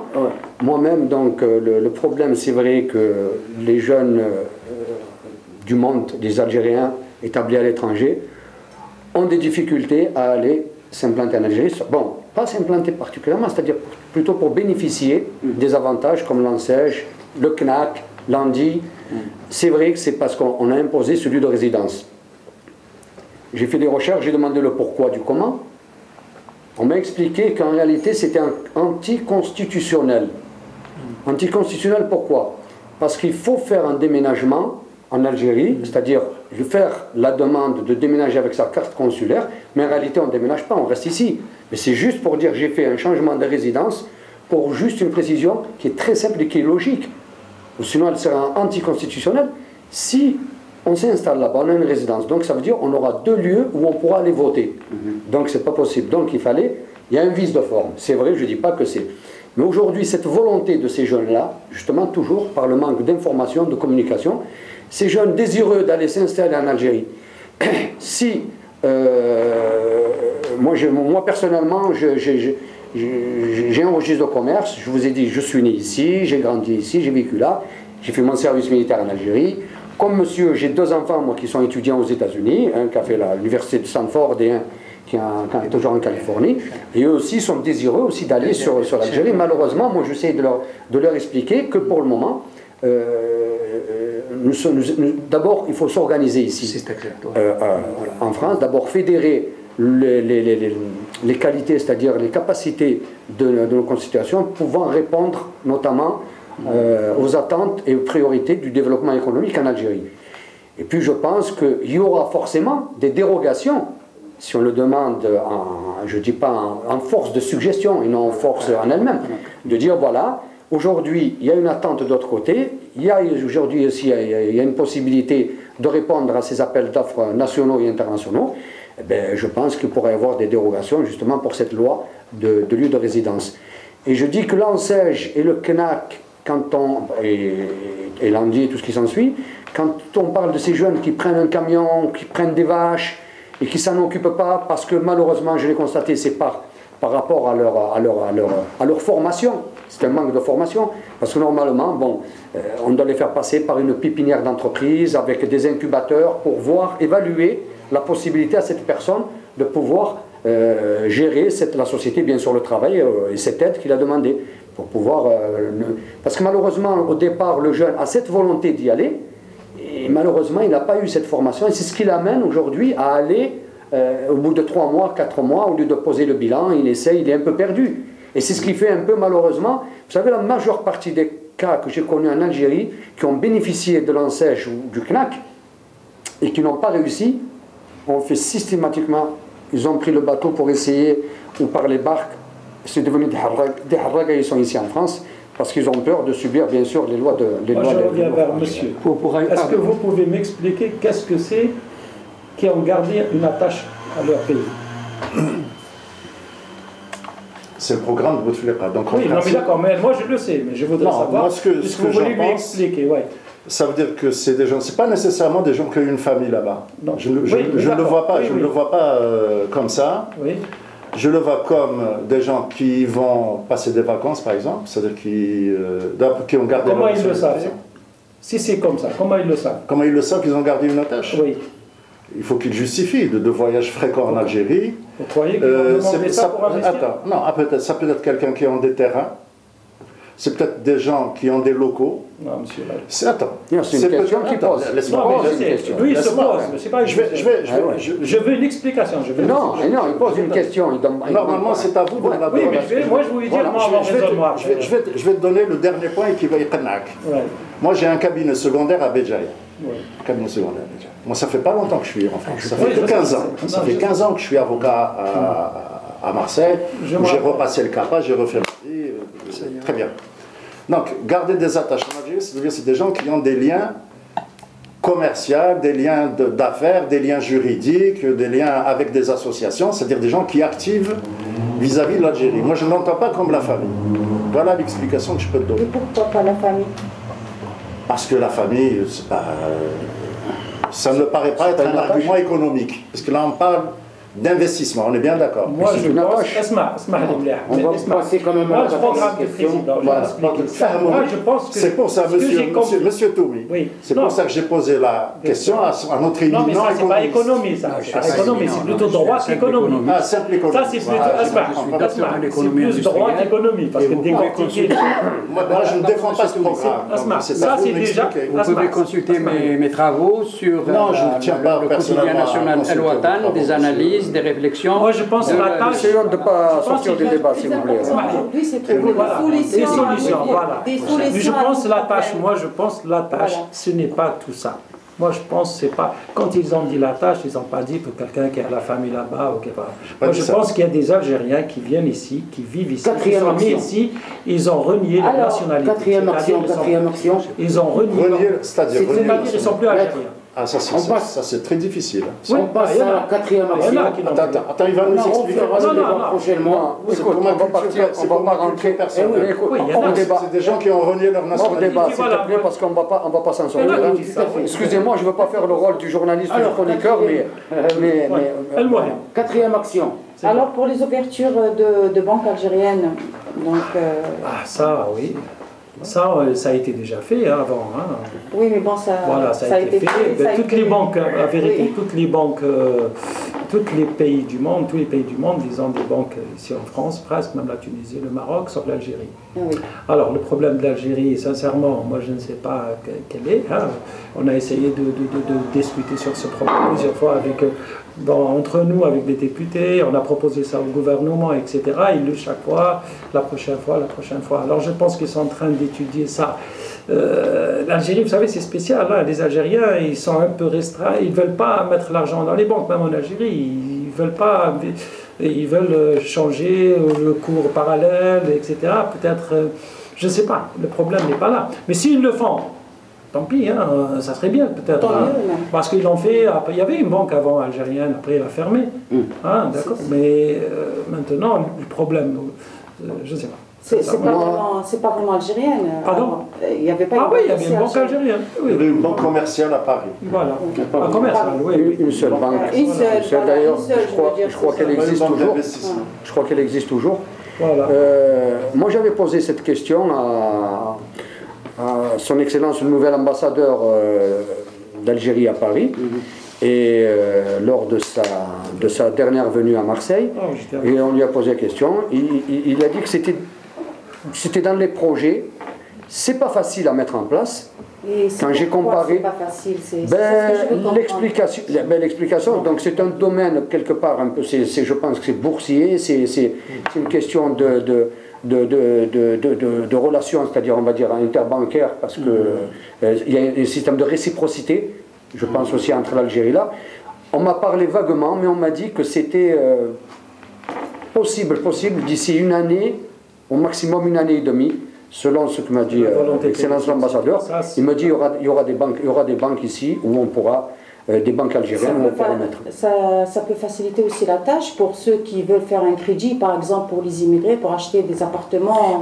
Oui, mais ça c'est sûr, l'intérêt de ces banques, l'intérêt de ces banques, parce que la demande existe, la demande est forte. Parce que vous savez, nous quand on parle aux autorités algériennes, c'est que nous sommes un peu quelque part, en toute humilité, les porte-parole de la rue, en disant voilà, pourquoi il y a la banque marocaine, la banque tunisienne. Puis, quand vous avez la plus haute autorité représentative de l'Algérie ici qui vous explique que techniquement, parce que c'était lors d'une réunion, c'est-à-dire on ne pouvait pas techniquement parler de ça, il dit que dans un an et demi, ça va se faire. Voilà la réponse que je peux donner moi aujourd'hui, ce qu'on m'a dit. Peut-être elle n'est pas rentable aussi. Entre nous, les Algériens qui veulent mettre l'argent ici et les récupérer là-bas en dinars, ils perdent 40% de son argent. Et pourquoi c'est rentable en fait pour la Tunisie, pour le Maroc et pas pour là-bas, c'est pas la même chose. l'Algérie? Non, l'Algérie, Tunisie, le Maroc, Tunisie et la France, le dinar est égal à l'euro. Par exemple, oui, c'est presque, il n'y a pas trop de chance. Non, pas égal. Si vous êtes presque à 10-15%. Par exemple, vous prenez 100 euros là-bas, ils vous donnent par exemple 120 dinars là-bas, par exemple. Il n'y a pas beaucoup de... Tandis que nous, c'est 40-50%. Si vous prenez 10 000 euros ici, et ils vous donnent là-bas 150 millions. C'est-à-dire, si vous les mettez à la banque, on vous donne 100 millions, vous perdez 10 millions, 50 millions. Et les gens ne sont pas prêts à mettre l'argent, sauf les commerciaux. Les marchés parallèles. Voilà. Peut-être ça. Les marchés parallèles, excusez-moi. Non, juste, je reviens à ce dans que le droit que. Non, il est revenu, Eh oui, il connaît un peu les ficelles. Non, ça me revient. Ça me revient en mémoire ce que m'a dit l'ambassadeur. C'est vrai qu'il m'avait parlé qu'il fallait d'abord qu'en Algérie, il règle ce problème du marché parallèle. Ce que je voudrais souligner aussi, ce que je voudrais souligner, c'est qu'en Algérie, il faut le dire en toute transparence, il y a une économie informelle, une économie souterraine parallèle. Il y a aussi le problème de l'inflation qui se pose là aussi des prix. C'est des éléments qui ont une incidence négative sur l'économie. Apparemment, ce qu'on tire aujourd'hui, c'est qu'il y a un problème d'information. Donc, c'est ça qu'il faut voir avant pour que les citoyens algériens puissent s'informer de ce qui se passe vraiment. Je dirais un mot sur l'absence de banques algériennes, de filiales de banques algériennes implantées en France. Je rappelle, à titre d'information, que l'immigration algérienne, c'est la plus importante et la plus ancienne en France. La plus nombreuse et la plus ancienne. La décision d'ouvrir ou pas des filiales ou des succursales de banques algériennes, elle est éminemment politique. En dehors des problèmes que vous avez évoqués, de marché parallèle, parce que l'économie parallèle en Algérie, c'est pratiquement 60% de l'économie. Donc il y a une masse d'argent monstrueuse en Algérie qui circule. Maintenant, quand vous achetez un bien en Algérie qui coûte 10 ou 20 milliards de dinars, vous allez à la balance. On met les paquets de billets sur une balance, on dit 100 kilos, ça fait 1 milliard, c'est plus le cas. On ne peut plus acheter aujourd'hui, je suis désolé. Non. Laisse-moi finir. Ouais, mais tu me dis, attends, il y a une loi, je vais aller dans le détail. Si vous voulez, moi je donne des détails techniques. Je ne fais pas de la démagogie politique, ça ne sert à rien. Parce que ça ne fait pas avancer mon pays. D'accord. D'accord. Oui. D'accord. En Algérie, il y a eu une loi qui est sortie en 2011 qui dit 50 millions. Pour les paiements, 50 000 dinars, pour les paiements au-dessus de 50 000 dinars, c'est-à-dire une misère, même pas 500 euros, il faut 500 000 dinars. 500 000 dinars. Moi, je sais que c'est 50 000, vous me dites 500 000 dinars, il y a 1 million de dinars. 1 million de dinars. Mais ça, ils l'ont abrogé. Elle n'est pas abrogée, la loi. La loi n'a jamais été appliquée. Pourquoi? Ce n'est pas par le simple chabi, ce n'est pas le citoyen ordinaire. C'est ceux-là même qui conçoivent les lois qui les piétinent. C'est ça le problème en Algérie. Il y a un problème de gouvernance. On peut discuter autant qu'on veut ici sur tous ces points-là. Il y a une volonté politique qui ne marche pas. Et ce n'est pas un problème pour ouvrir une banque ici. Ce n'est pas un problème d'agrément.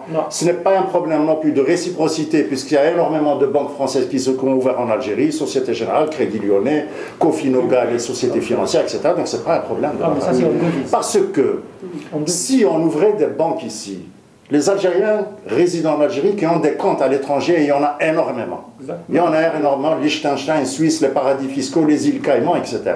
D'accord? Ils ne mettent pas l'argent. Si ils vont être obligés en tant que nationalistes, entre guillemets, de mettre l'argent dans leur banque d'Ahram.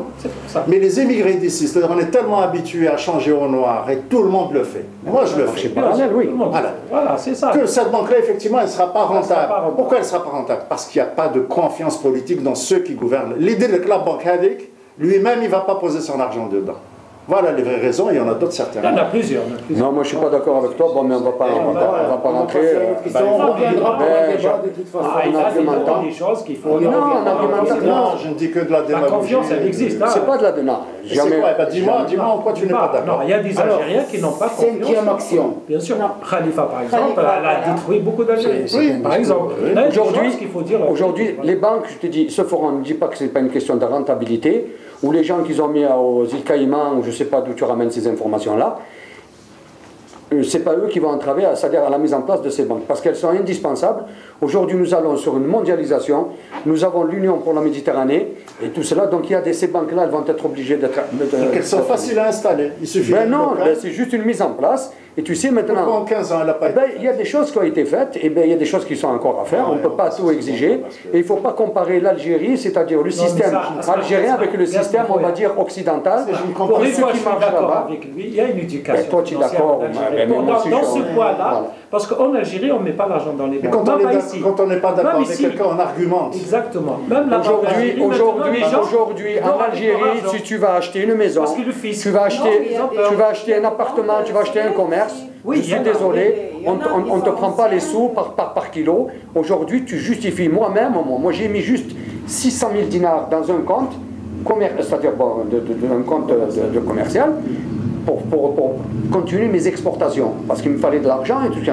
Eh ben, ils m'ont fait le droit, il fallait que j'aille chez le notaire, avec mon père, comme quoi il m'a prêté de l'argent, donc on est obligé de justifier. Avant, ça n'existait pas, c'est vrai. Mais aujourd'hui, ils sont en train de mettre les trucs en place, doucement, et on va y arriver. Mais il y a toujours ce qu'il a dit, il y a toujours des gens, même tu achètes un l'argent liquide, si ça vaut 10 milliards, tu vas peut-être l'argent liquide, peut-être en France, il 5 milliards sur la table, il n'y est pas encore, c'est-à-dire il est plus structuré. Vous allez en Angleterre, en Espagne, les liquidités, allez en Espagne, vous allez voir les sacs d'argent. Vous pouvez encore négocier avec les sacs d'argent. Vous allez en Angleterre, c'est encore pire. Et donc on doit faire comme eux. Non, parce que tu prends des exemples. Il faut parler, parce que l'Algérie... Non, mais ton pays, il faut parler. Quand on prend exemple sur l'Occident, il faut parler aussi des difficultés qu'on... Ça fait de mauvais exemples. Quand généraliser... En Angleterre, ça ne se passe pas du tout comme ça. Ah si, j'y ai été, tu n'as pas été en Angleterre, je te prouve que les liquidités affluent... Voilà, 5e action, donc baisse des prix des billets d'avion. C'est une question que toute la communauté algérienne se pose et on espère avoir une réponse qui est positive. D'après, on ne peut pas discuter, oui. On va fumer. Donc il revient, Maître Jahnin revient. Donc pendant ce temps, on va continuer donc, à la 5e action, qui est la préoccupation number one des familles qui vivent en Europe, en France et dans le monde. Non, moi je pense que les Algériens d'ici, c'est vrai que les billets, surtout l'été, c'est très cher. Très cher. Mais Air Algérie, elle gagne de l'argent l'été en fin de compte, parce que les autres années, les autres mois, ils sont à 130 €, 140 €. C'est vrai qu'il n'y a pas de bénéfice.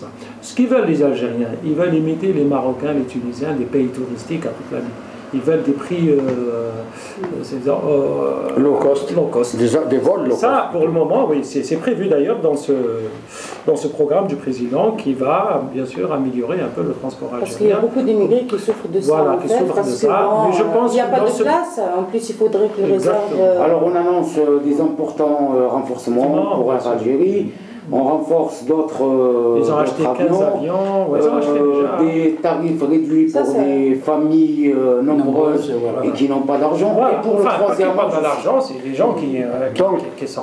Donc moi je reviens à ce que je disais tout à l'heure. Et ça va être appliqué dans le septennat, dans les 5 années à venir. À partir de 2015. 2015, c'est très important, c'est un sujet vraiment qui intéresse beaucoup d'immigrés. Donc moi, ils les ont mis dans je reviendrai sur ce que je disais tout à l'heure. L'Algérie doit s'occuper des Algériens établis à l'étranger.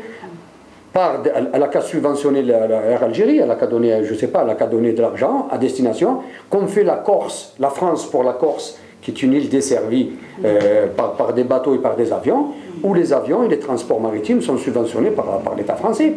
Oui. Voilà, et ben, je pense qu'il faudrait faire la même chose. Et puis là, je pense que ce problème serait inexistant. On ne parlerait ni des vols low cost, ni quoi que ce soit, mais je pense que l'Algérie doit mettre la main à la pâte, c'est-à-dire pour pouvoir... Ce programme-là, entre nous, les 14 propositions que le gouvernement, que Bouteflika a proposées, aucun parti politique n'a parlé de ça. Aucun. J'ai vu tous les programmes. Et pourtant, c'est majeur. Ça touche. Vous savez, vous prenez tout. Moi, ça fait 40 ans que je suis à Marseille. Ça fait 40 ans que je suis à Marseille et toutes les réclamations qui ont été faites par les immigrés, par les Algériens de France, même dans le monde peut-être, c'est les mêmes, c'est cela. Moi, je ne sais pas si... C'est pour ça, je pense que le président, cette fois-ci, a dit, allez, maintenant, parce que j'ai fait tout ce qu'il fallait là-bas, j'ai construit, j'ai fait des pompes d'eau, il a construit des autoroutes, il a tout réalisé, il y en a encore à faire, bien sûr. Et il veut s'en occuper un petit peu de... Moi, je ne sais pas si Maître Jahnin est parti ou s'il va revenir. Non, s'il va revenir, parce que... Il ne faut pas qu'il sache qu'il soit... C'est-à-dire, ne sortons pas du débat. nous avons, c'est-à-dire pour expliquer aux téléspectateurs que nous ne sommes pas contre Maître Zahed Jernen, c'est surtout pour lui dire, voilà, on pourrait faire un autre débat un autre jour, où il serait le bienvenu, mais là nous devons parler d'un programme, et si à chaque article on doit y rester 2 heures, je pense qu'il nous faudrait 10 jours pour terminer ce reportage, et on ne pourrait pas s'en sortir. Je pense qu'on a parlé. Voilà, avec tout le respect que je dois à Maître Jernen. Voilà. Alors, pour la sixième action, voilà, donc pour les augmentations de l'offre de transport maritime. De l'offre. Je pense que l'Algérie elle a besoin d'acheter d'autres bateaux. C'est dans le projet. Dans le projet, oui, tout ce qui est marqué ici, c'est un projet de développement. Oui, mais nous, on veut que tout le monde le sache. Quoi. Voilà, exactement. Ça, c'est un projet. C'est vrai qu'on a beaucoup d'Algériens qui partent l'été en voiture, en famille. Et ça demande beaucoup. J'ai vu, moi, c'est pour ça que les prix flambent l'été. Parce que l'hiver, il n'y a personne qui part en Algérie. Enfin, c'est rare. Surtout, peut-être les 2 fêtes de l'Aïd, etc. Les gens, ils partent en Algérie. Alors, tout est presque complet. Skikda, il n'y a personne. Il y a 1 fois par mois à Skikda. Il y a là-bas. Il n'y a pas de navire là-bas. Je pense que l'État va mettre l'argent dans la main dans la poche pour justement financer quelques bateaux qu'ils vont acheter, je pense, d'ici 2 ans. Ils vont acheter 1 ou 2 bateaux, même 3 peut-être, qui vont alléger un peu le retour en Algérie, les vacances des Algériens. Voilà, donc qui dit aussi augmentation, c'est augmenter le nombre de bateaux qui vont vers l'Algérie. C'est ça, voilà. Ce n'est pas une augmentation tarifaire. Non, ceux qui ont compris l'augmentation tarifaire. Non, c'est le voilà, précise bien les choses pour que les gens puissent... Non, c'est les navires. On va acheter quelques 2-3 bateaux, je pense, pour justement s'occuper de ça. Pour faciliter un peu... Parce que vous savez combien de voitures partent en Algérie, c'est presque... Moi, je me permets... Et les tarifs aussi... c'est normal. S'il y a plus de bateaux, il y aura moins de... Moi, je me permets d'attirer votre attention sur un fait. Il y a une personne que je connais ici à Marseille qui a été prête à investir des sommes colossales pour créer justement des lignes maritimes low cost, pour pouvoir justement soulager un peu les attentes des uns et des autres, avec des voyages, c'est-à-dire vraiment pas chers. Et il a eu beaucoup il a perdu de l'argent parce que toutes les recherches qu'il a fait pour faire un terminal, il a eu un peu les accords de principe. Malheureusement, ça ne s'est pas concrétisé. C'est-à-dire, on lui avait donné, à la fin, on lui a dit, on vous a donné juste un accord de principe, tout en sachant qu'il a fait c'est un accord écrit. Il a eu un accord de principe écrit, mais c'est un accord de principe. Il a fait des travaux, il a acheté, vous le connaissez, tu le connais, donc voilà. Il a acheté des locaux, il a perdu beaucoup d'argent aujourd'hui, donc c'est pour dire qu'il y a aujourd'hui une volonté de ce côté pour pouvoir répondre justement aujourd'hui aux attentes de la communauté algérienne établie à l'étranger. Donc c'est la concertation, voilà. Il nous faut une concertation, il nous faut une écoute pour pouvoir justement pas faire n'importe quoi, pas travailler dans l'anarchie, pas se substituer au gouvernement et aux lois algériennes. Mais une concertation, nous sommes des citoyens algériens, comme cette personne, comme moi-même qui suis exportateur de produits algériens. Parce que la politique, ça fait des années qu'elle est lancée par le gouvernement algérien, c'est de faciliter et d'accentuer les exportations hors hydrocarbures. Bon, après, toujours, je vous dis, c'est un problème de concertation. On n'y arrive pas, maintenant j'espère, avec le président Bouteflika et le gouvernement, j'espère qu'on va avoir une écoute plus juste et concrétiser rapidement ce que nous sommes en train d'essayer d'entreprendre depuis pas mal d'années. Je voudrais attirer l'attention sur un point très important. L'information, c'est une marchandise qui se vend, qui s'achète. C'est vrai, il y avait un déficit de communication dans les précédentes années, à l'époque. Et moi, ce que je souhaiterais souligner, c'est surtout l'organisation de la société civile, de la communauté algérienne en France. Il faudrait qu'on s'organise, c'est-à-dire essayer de s'organiser, avoir une prise de conscience suffisante et pouvoir s'affirmer, dialoguer, concerter avec l'administration, et de là avancer pour disons, pour mieux prendre en charge nos problèmes. L'Algérie, c'est un pays immense qui a d'énormes potentialités. Il y a eu des insuffisances, des carences. La flotte que ce soit dans la marchandise ou dans le transport de voyageurs, elle doit être diversifiée et multipliée à travers la planète. L'Algérie a de l'argent. Il faudrait que l'Algérien puisse aussi être aussi clairvoyant, lucide pour pouvoir avancer aussi. L'Algérie, elle a fait, l'État algérien a investi de l'argent. Il n'y avait pas eu suffisamment le retour de manivelle. Il faudrait qu'on s'organise, c'est ça. Et parce que l'élément humain, c'est le centre de convergence, le réceptacle d'un développement économique. L'Algérie a investi dans les infrastructures, mais l'humain, l'Algérien est défaillant, il manque d'éducation, il faut le reconnaître. Il n'y a pas une éducation suffisante, il n'y a pas une prise de conscience, et il y a un peu la violence, il y a l'agression de l'Algérien. Mais moi, grosso modo, dans tout ça, l'Algérie avance. Elle avance vers le progrès. On cherche en fait des solutions pour ce problème. Il y a un point sur lequel je souhaite aussi attirer l'attention sur Maître Djahnine. Si mon subconscient a débordé mes pensées, ça ne va pas dire, mais chacun a ses options. Il a une option comme j'ai la nôtre, mais on doit se respecter mutuellement. C'est à travers la critique et l'autocritique qu'on avance. Mais disons que ce n'était pas le débat pour cela, d'accord. Juste pour revenir à la concertation, excusez-moi, juste c'est important. Nous avons, pour répondre à ce que vient de dire monsieur, nous avons essayé de faire, ça fait pas mal d'années, cette réunion, de sensibiliser, de fédérer, ça fait des années que nous essayons de le faire. Et puis malheureusement, nous avons créé du COPEA, dont tu es au courant, Union des commerçants opérateurs économiques algériens du sud de la France, où nous avons fédéré un peu tous les talents, enfin toutes les capacités, parce qu'il n'y a pas que des talents, il y a des gens qui ont des capacités à aller à répondre aux attentes de l'autre côté en Algérie. Malheureusement, j'ai déjà dit, on a répondu à des appels d'offres nationaux et internationaux, et on n'a jamais eu de réponse. Et ça, c'est quelque part un peu désolant, parce que si encore on veut continuer à nous faire croire, parce que vous savez, les écrits, les promesses, aujourd'hui, je suis désolé, il faut concrétiser. Aujourd'hui, parce qu'aujourd'hui, il y a une jeunesse qui en a marre. Aujourd'hui, il y a une jeunesse qui veut être écoutée. Aujourd'hui, nous, en tant que président d'association, quelquefois, quand on parle d'Algérie, franchement, c'est par respect qu'on veut bien nous écouter. C'est pas n'importe qui peut parler avec eux de l'Algérie. Parce qu'il y a des gens, à un moment, c'est la déception. Hein. Voilà. Mais je peux dire un mot justement pour résumer un petit peu ce qui vient de dire sur la concertation, l'écoute, la communication. Un projet social, un projet de société ne peut pas être l'apanage d'un seul homme, aussi charismatique soit-il. Même c'est une construction collective. Un travail d'équipe. C'est une construction collective et inclusive. C'est-à-dire que tu ne peux pas exclure. Aujourd'hui, vous êtes tous, je sais votre bord politique, mais je suis venu. Je suis venu. Je sais que je vais agacer par certains propos. Non,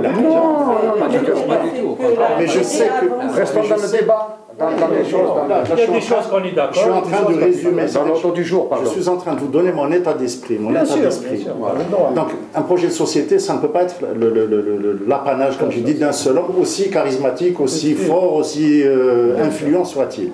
C'est une construction collective et inclusive. C'est-à-dire qu'on ne peut pas exclure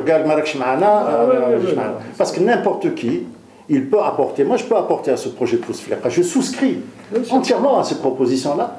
Parce qu'elles sont justes. Elles sont justes. Mais pour les réussir, il faut faire un bilan. Pourquoi ça n'a pas été fait avant, ou là ça a été mal fait, ou la haja.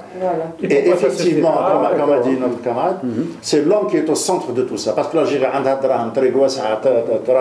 tout ce que vous voulez, mais c'est un pays qui n'arrive pas à démarrer économiquement. Mais il n'y a pas que l'économie. Il y a la culture, il y a la santé, il y a l'éducation. L'éducation est fondamentale. Si l'Algérie n'arrive pas à réformer son système éducatif, qui va donc du primaire jusqu'à l'université, en modifiant les programmes, en les désidéologisant, parce que c'est des programmes idéologiques, pour former le citoyen de demain qui sera conscient de ses droits et ses devoirs, il y a le canton la malle du ciel. Il a apporté cette précision. Merci. Oui, allez. Voilà, c'est reparti pour la septième action. Voilà donc des maisons de retraite pour accueillir le troisième âge. Ça, c'est une bonne chose. Oui, c'est un... Vous savez, on ne peut pas discuter de ça, oui, mais ça, c'est des projets en fin de compte. Mais tous les projets, comme il a dit mon ami, sont tous bons. Moi, j'adhère. Maintenant, la réalisation, est-ce que c'est pour ceux d'ici, en fin de compte? Est-ce que c'est ici, en France, ou en Algérie? Ça, c'est le débat. Vous voyez? C'est ce qu'ils veulent. Retraité, la maison de retraite là-bas ou ici? Non, maintenant, c'est là-bas. Pour ceux d'ici. Voilà, c'est ça qu'il faut se poser la question. C'est ça. Et on va essayer d'être bref. Voilà, c'est ça le problème. Accès financier, financement bancaire, etc. Donc pour les opérateurs, pour l'Algérie. Voilà, pour l'Algérie. En tout cas, dans le cadre de maisons de retraite, pour ceux d'ici. C'est toujours pareil. Donc si on répond par ordre, donc je dirais que c'est la même chose. Ça rentre dans le cadre des investisseurs qui sont nombreux. Il y en a qui veulent créer des maisons de retraite, il y en a qui veulent créer des hôpitaux, il faut juste permettre à ces gens-là d'accéder aux priorités du développement économique algérien encore. C'est ce que je veux dire. Très bien. 8e action. J'ai juste un petit mot. Alors allez-y, comme ça on va plus vite. C'est-à-dire, je partage l'avis de mon ami Kader. C'est-à-dire la lourdeur de la bureaucratie en Algérie a des incidences très négatives. Donc il faudrait un peu améliorer la qualité et permettre aux investisseurs de maîtriser la réalité économique en Algérie, c'est-à-dire avec l'initiative, la performance et dépasser il faudrait il faut imprimer une dynamique de l'investisseur et lui faciliter la réalisation de son projet en Algérie dans tous les domaines. C'est important. L'Algérie, c'est un pays libéral qui a traversé on a traversé le socialisme de la mamelle à l'époque. Donc c'est des anciens souvenirs. Nous devons envisager l'avenir avec optimisme. L'Algérie a des potentialités. L'Algérie doit investir surtout dans l'homme, dans son éducation, dans sa culture, et dans les maisons d'âge avancé en Algérie.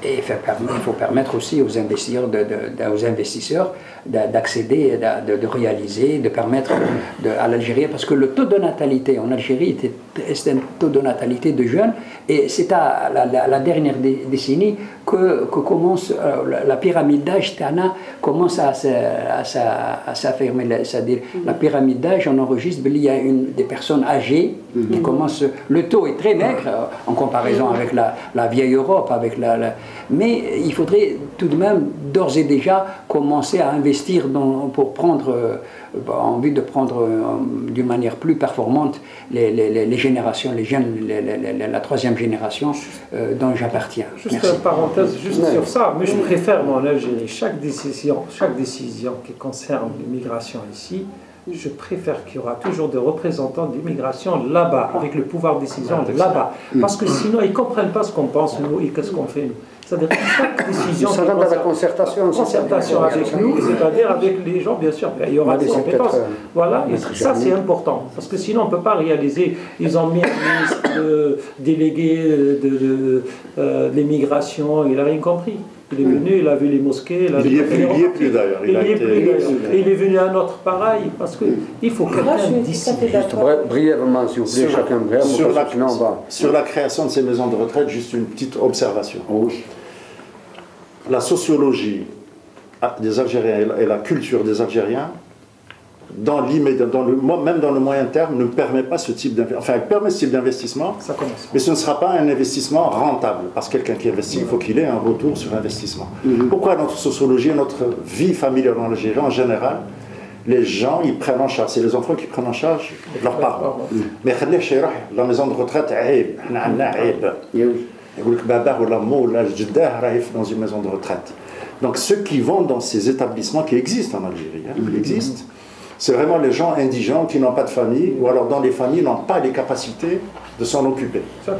Donc c'est un projet qui est très noble, mais à mon sens, à court et moyen terme, ما يجيبش الجيريان ما يخليش والديه يروح dans une c'est ce que tu dis toi, mais c'est ce que tu dis toi, mais simplement c'est ce que tu dis toi. Moi je te dis aujourd'hui, Zahir, où tu vois pas la réalité de ce qui se passe en Algérie. Aujourd'hui il y a une forte demande.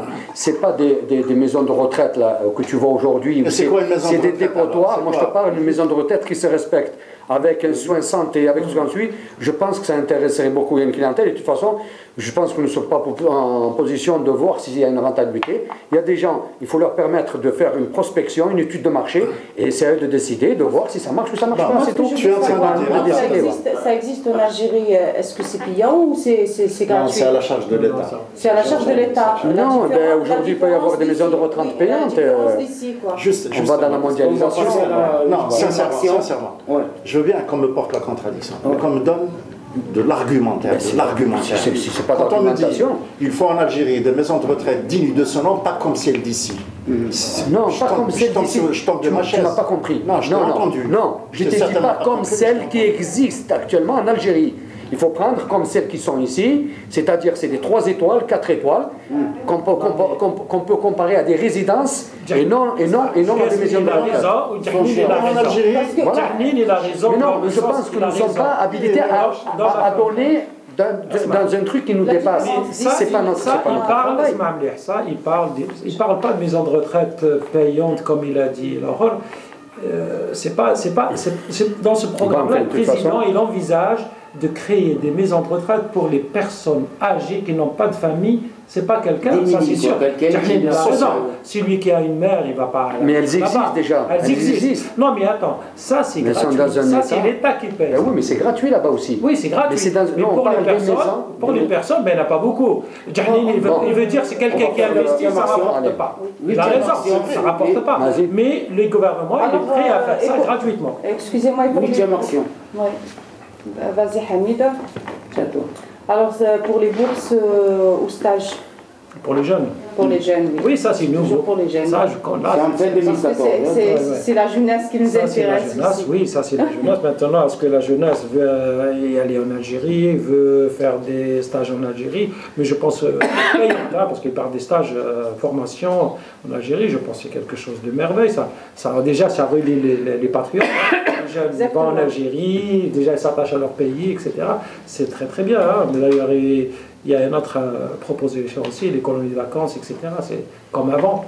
C'est parmi les propositions du président. Et ça, c'est quelque chose de très encourageant pour les jeunes Algériens. Parce que même ici, moi j'ai trouvé des jeunes ici qui ne peuvent pas faire des stages, par exemple, à Air France ou Air Lufthansa, mais ils vont à Air Algérie, mais Air Algérie, il ne peut pas prendre 10 ou 15 étudiants l'été. Alors ils vont en Algérie. Moi je pense que c'est une meilleure idée. Brièvement, moi je sais qu'avec le consul général, c'est Abdelhamid Saïdi, consul général à Marseille, on avait reçu des formulaires à préalable en tant qu'association de dispatcher cela dans les quartiers nord à Marseille, de permettre à ces jeunes d'avoir une formation en Algérie, une formation dans le cadre, pour avoir, c'est-à-dire plutôt un CAP, ou pour un brevet, un BTS ou un brevet technique. C'est une formation prise en charge totalement par l'État algérien. La question, quand j'ai été un peu voir les parents et les jeunes, tout le monde me dit c'est n'importe quoi, parce que comment des jeunes d'ici, où il y a des centres de formation adaptés, plus performants qu'il y a en Algérie, comment ils vont laisser tomber ici ces centres-là pour aller en Algérie?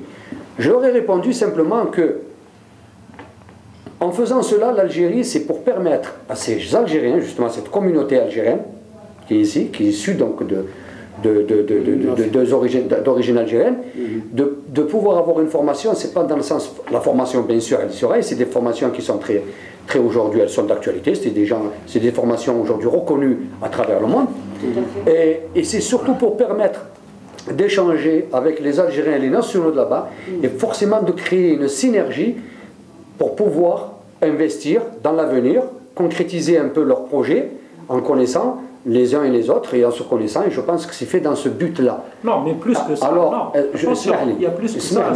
C'est bien en plus. Donc, je disais, on nous a donné cela. Il y a des gens qui sont intéressés, mais toujours pareil, ils veulent plus d'informations, tout en leur expliquant que la formation est prise en charge par l'État algérien. Il y a même une bourse qui est donnée à chaque jeune.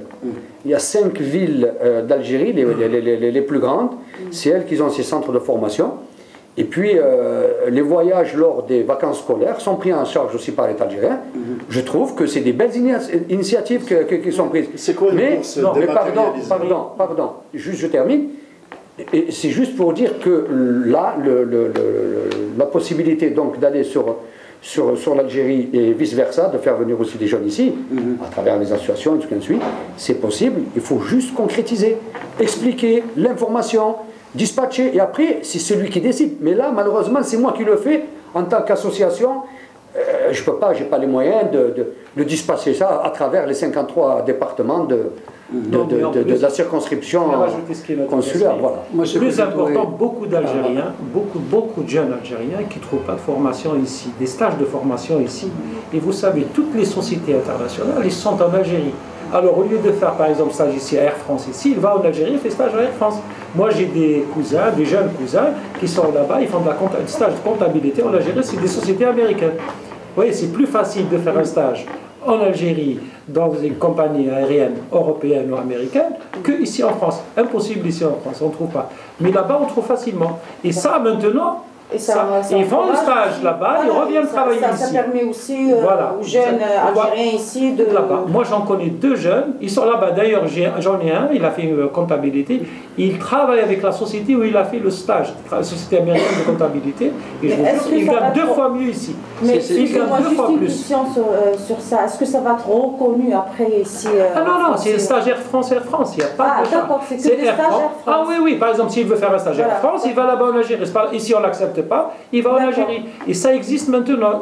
Les banques, pareil, s'il veut faire la Société Générale ici, il va à la Société Générale là-bas. Et ça facilite les choses, il est chez lui. En plus, il peut travailler là-bas sur place. Et la France a besoin de quelqu'un, un Algérien qui travaille là-bas. S'il n'a pas de famille, ça va être pris en charge par l'État, pour l'hébergement et tout ça.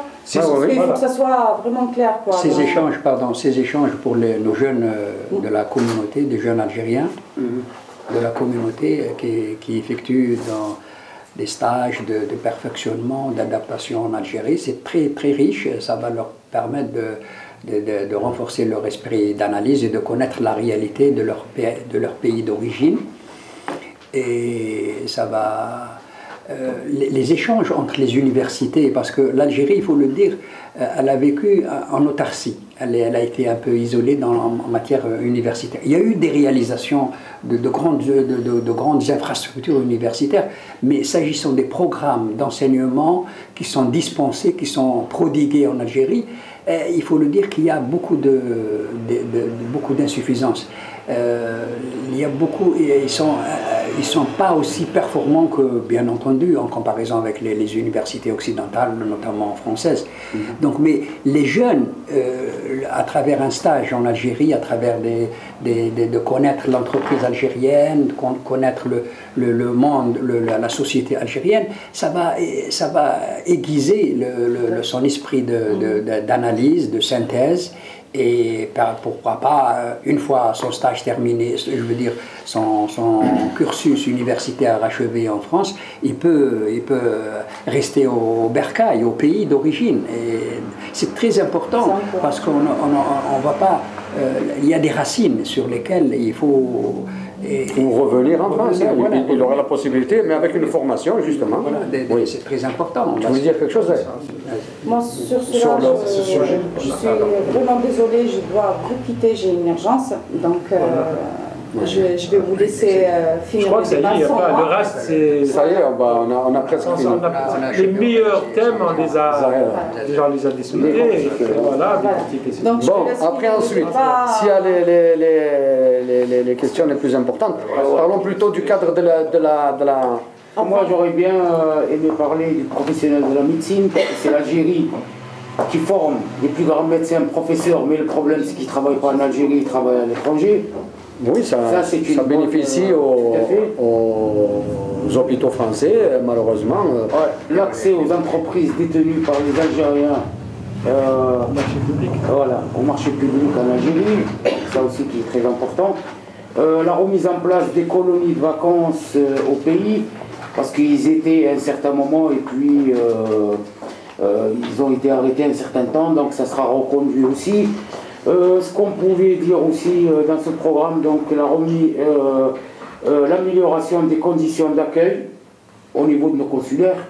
Voilà. Donc ça aussi c'est important. C'est très important donc, pour la communauté algérienne qui la qualité de service, de l'accueil, le respect, les cas. C'est un programme riche et intéressant et vraiment juste. Et enfin la mise en place d'une aide juridique étendue, que ça soit mais ça, je pense que Maître Zahel aurait pu répondre. Mais bon, juste